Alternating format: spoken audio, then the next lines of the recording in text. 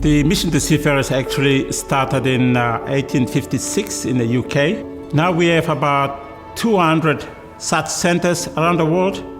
We are dealing in 50 countries. We are considered the one of the biggest charity Christian organization in the shipping industry around the entire world.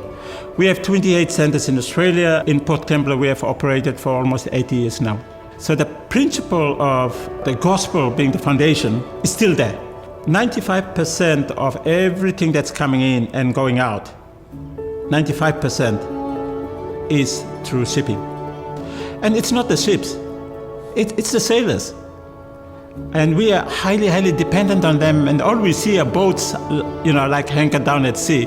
We rarely think of human beings who are in charge of these vessels, taking out our traded goods and bringing out consumable items for our everyday use. This is something, it just flips by. And I think we as a community generally, but as Christian communities, I think we have an obligation to show our appreciation in one way or another and to acknowledge the hard work done by sailors by inviting them and giving them that hospitality. We offer counseling, support materially, spiritually, socially, just make them feel normal a bit, because their average time at sea is 9 months.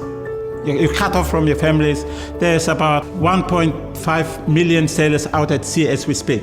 The COVID crisis has forced about 400,000 sailors not going home. Not only that, but the other 400,000 are waiting to come on board to work and pay for their family are also suffering. So this is like a ripple impact that affected a lot of human life. And as a Christian organization and a Christian community working in a more secular kind of environment, we were challenged. If there was anything we could do as Christians, then that was the moment. That was the moment to show the hands and feet of Christ. How would Christ have acted? The reason why this thing got magnified is because the world focus and the press and the media was on Ruby Princess because of COVID-19.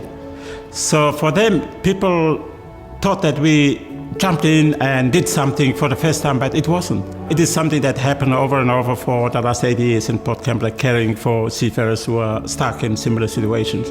If Christ was going to do something about this situation, whether he would be stepping back and worried about the politics of it, or reach out in compassion and love and care.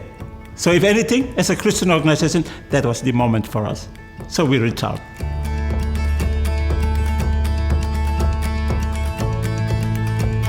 The response from the crew, that was the most, I was even emotional about. They did mention that was the only thing that they were holding on. Because for the first time they realized that, the whole city of Illawarra and Wollongong is thinking about us.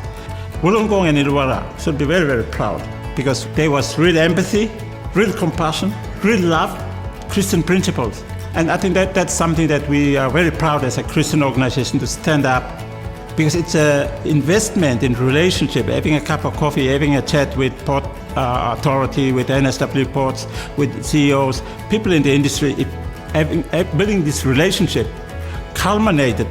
When the crisis happened, all I needed to do is to tap on those relationships that were already existing. All these things happened within few hours. Why? Because there was a relationship. The foundation was already there. If we as leaders in a community, in a church, if we want to achieve something incredible, we've got to invest before, not during. It only signifies the importance of relationship, working together.